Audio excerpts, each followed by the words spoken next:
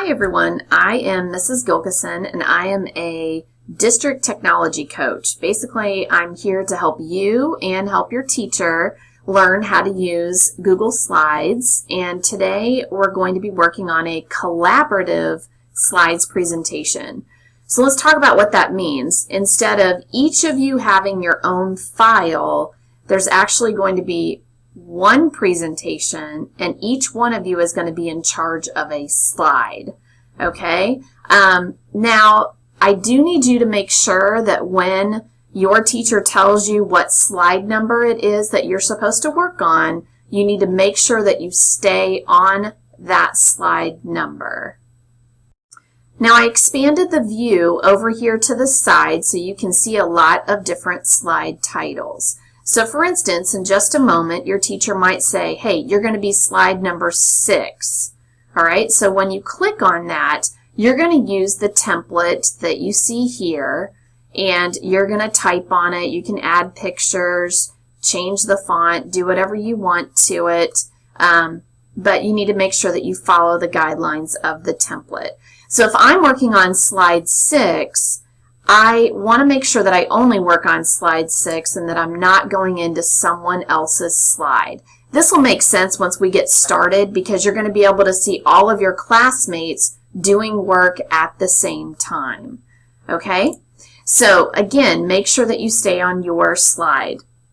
I'm just going to be upfront with you about this. We're going to talk about what does it mean to be a good digital citizen. And what that means is just that point that I just made, that you need to stay working on your slide. If by chance some of you want to explore it and you think, you know what, I don't care what she said, I'm going to go ahead and I'm going to delete boxes, I'm going to take pictures off of someone else's slide, I want you to know up front that on Google Slides I can select the File button and I can also select Revision History. If I do that, that will tell me your name. Because you're logged into Google, it will tell me your name and exactly what you did to change someone else's slide. And it's just the same as if you wrote on someone's paper. You know, we are going to be good digital citizens and we're going to keep track of our own work. If we try to mess with other people's work, I want every person in the room to know that that can be traced back to you. Okay? Now, let's talk about if you need help.